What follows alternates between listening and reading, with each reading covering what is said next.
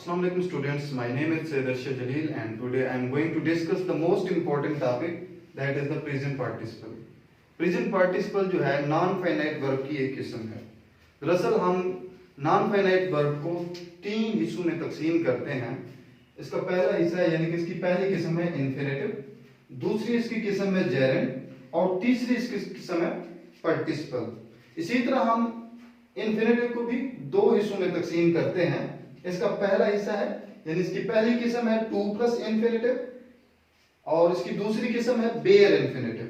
और इसी तरह हम पार्टिसिपल को भी तीन हिस्सों में तकसीम करते हैं। इसकी पहली किस्म है प्रेजेंट पार्टिसिपल। प्रेजेंट पार्टिसिपल में हम क्या करते हैं, V1 प्लस ing फॉर्म इस्तेमाल करते हैं। ठीक है, उसके बाद इसकी दूसरी किस्म है पास्ट पार्टिसिपल। पास्ट पार्टिसिपल में हम क्या करते हैं, हमेशा वर्ब की तीसरी किस्म जो है वर्ब की तीसरी फॉर्म इस्तेमाल करते हैं। उसके बाद है हमारा परफेक्ट पार्टिसिपल। परफेक्ट पार्टिसिपल में हम क्या करते हैं, हैवन प्लस वर्ब की तीसरी फॉर्म है, वर्ब की थर्ड फॉर्म जो है हम इसमें इस्तेमाल करते हैं। ठीक है, ये हमारे नॉन फाइनाइट वर्ब की किस्म है। नॉन फाइनाइट वर्ब में हमने जेरेंड पढ़ लिया है और आज का जो हमारा टॉपिक है वो है पार्टिसिपल। और पार्टिसिपल की किस्म में से प्रेजेंट पार्टिसिपल पर हम फोकस करेंगे। ठीक है, तो आज का हमारा टॉपिक क्या है, present participle.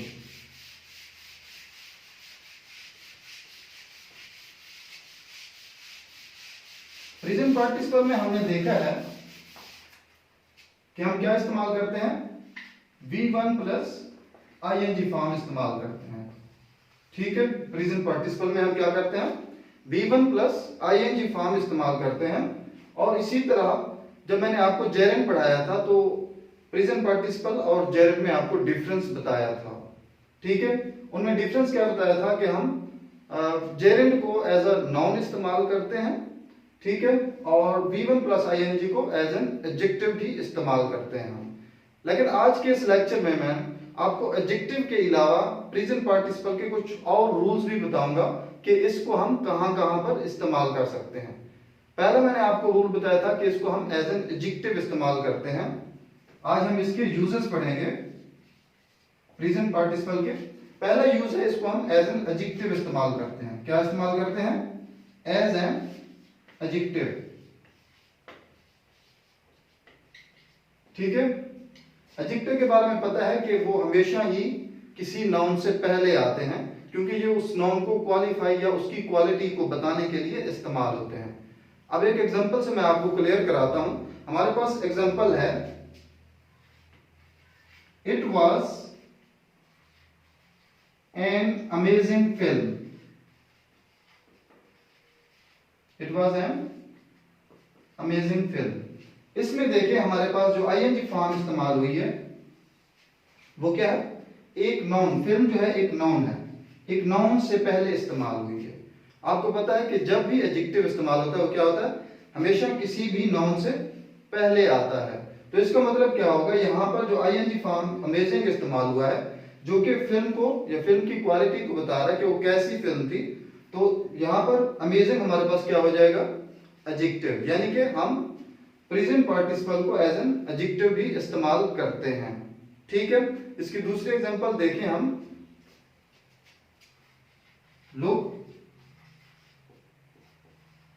Look at the reading boy.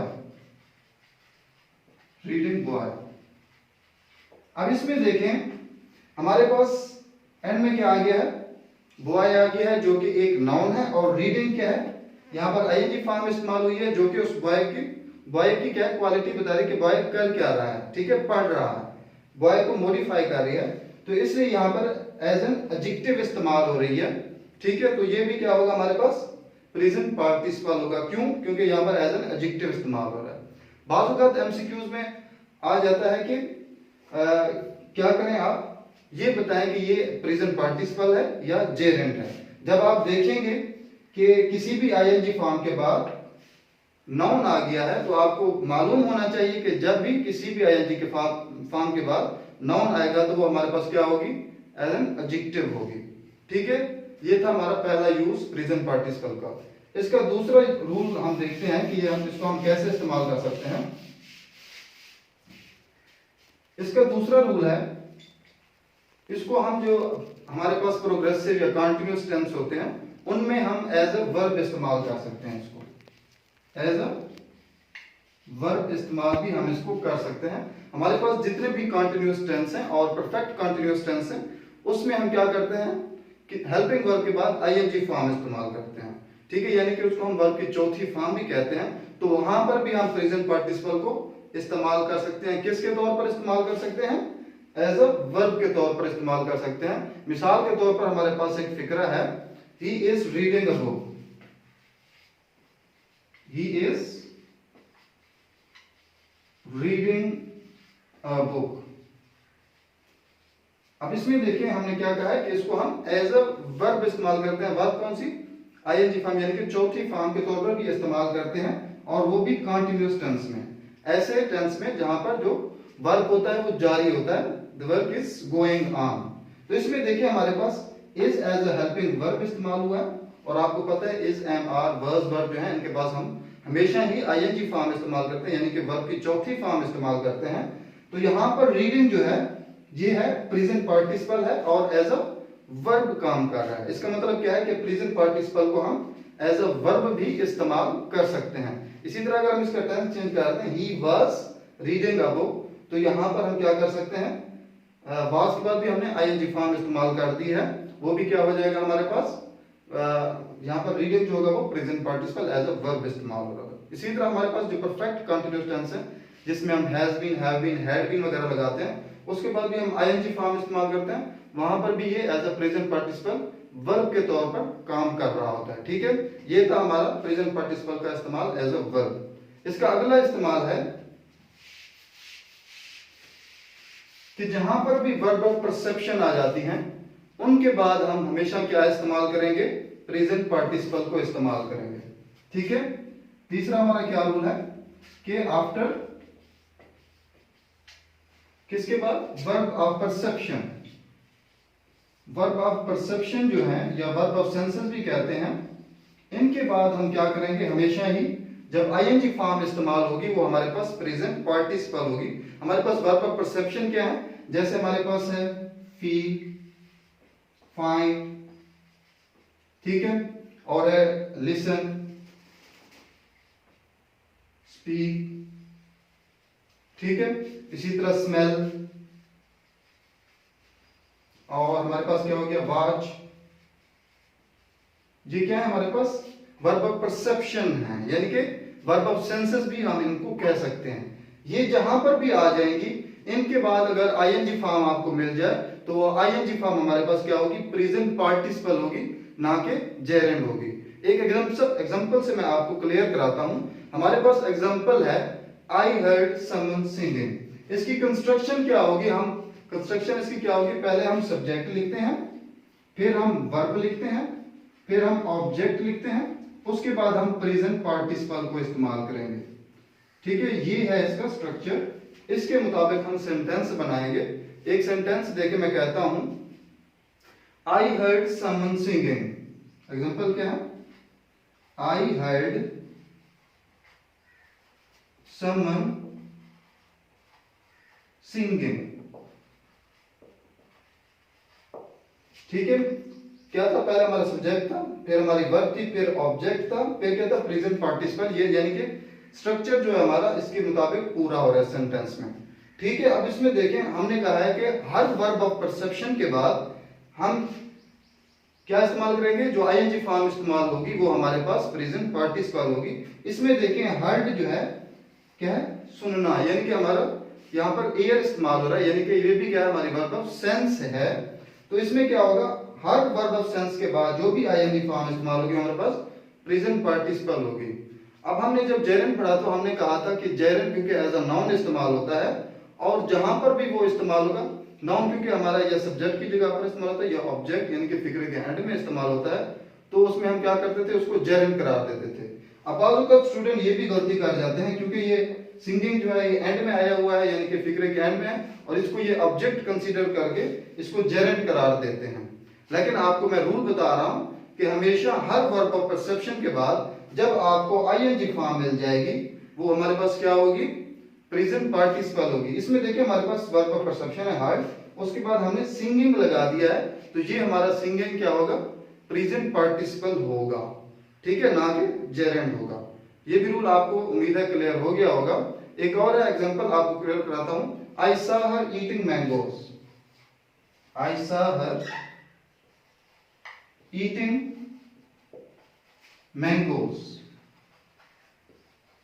मैंने उसको आम खाते हुए देखा। देखिए सा जो है यहां पर हमारा सी देखना यानी कि उसकी सेकंड फॉर्म है, तो ये क्या है, वर्ब ऑफ परसेप्शन है। इसके बाद अगर आईएनजी फॉर्म इस्तेमाल हुई है तो हमारे पास क्या होगी, प्रेजेंट पार्टिसिपल होगी। जब भी आपको ब्लैंक में एमसीक्यूज आ जाए तो ठीक है, उसमें आपको अगर सी सा सिंग या कोई भी वर्ब ऑफ परसेप्शन दी गई हो और उनके बाद आईएनजी फॉर्म दे दी गई हो और आपसे पूछा गया हो कि ये आईएनजी फॉर्म प्रेजेंट पार्टिसिपल है या जेरेंड है, तो आपको पता होना चाहिए क्योंकि वर्ब ऑफ परसेप्शन दिया गया है। तो इसके बाद जब भी आईएनजी फॉर्म इस्तेमाल होगी वो हमारे पास क्या होगी, प्रेजेंट पार्टिसिपल होगी। तो आपने कौन सा ऑप्शन क्लिक करना है, हमारा प्रेजेंट पार्टिसिपल को, ठीक है। इसका अगला रूल है हमारा, इसको हम किसके तौर पर इस्तेमाल करते हैं, हर वर्ब ऑफ मूवमेंट जो होती है या वर्ब ऑफ पोजीशन जो होती है हमारे पास, जैसे केम या हो गया हमारे पास सिट या गो जो है, इसमें हम क्या करते हैं, ये हमारी वर्ब ऑफ पोजीशन है और वर्ब ऑफ मूवमेंट है। इनके बाद भी हमेशा क्या करते हैं हम, जब भी आईएनजी फॉर्म इस्तेमाल होगी हमारे पास प्रेजेंट पार्टिसिपल होगी। क्या है कि आफ्टर, हमारा कौन सा रूल है, चौथा रूल है, आफ्टर वर्ब ऑफ मूवमेंट या एंड पोजीशन, यानी कि वर्ब ऑफ मूवमेंट और पोजीशन के बाद भी हम क्या करेंगे, जब भी आईएनजी फॉर्म इस्तेमाल होगी हमारे पास प्रेजेंट पार्टिसिपल होगी। मिसाल के तौर पर मैं कहता हूं शी वेंट रनिंग। अब इसमें देखिए स्टूडेंट गलती कर जाएंगे कि यहां पर रनिंग जो है फिक्रे के एंड में इस्तेमाल हुआ है और वो भी वर्ब के बाद इस्तेमाल हो रहा है, तो ये हमारे पास जेरेंड हो जाएगा। लेकिन नहीं, ये जेरेंड नहीं होगा। मैंने आपको रूल बताया है कि हर वर्ब ऑफ पोजीशन और मूवमेंट के बाद हम जब भी आईएनजी फॉर्म इस्तेमाल होगी हमारे पास प्रेजेंट पार्टिसिपल होगी। इसमें देखिए वेंट जो है ये वर्ब ऑफ मूवमेंट है, गो वेंट गॉन यानी कि जाना जो है यानी कि वर्ब ऑफ मूवमेंट है। इनके बाद अगर आईएनजी फॉर्म इस्तेमाल हुई है तो हमारे पास वो क्या होगी, प्रेजेंट पार्टिसिपल होगी, ठीक है। उम्मीद है ये रूल भी आपको क्लियर हो गया होगा। इसके अलावा हमारा नेक्स्ट रूल है, हमारा नेक्स्ट रूल है वो ये है कि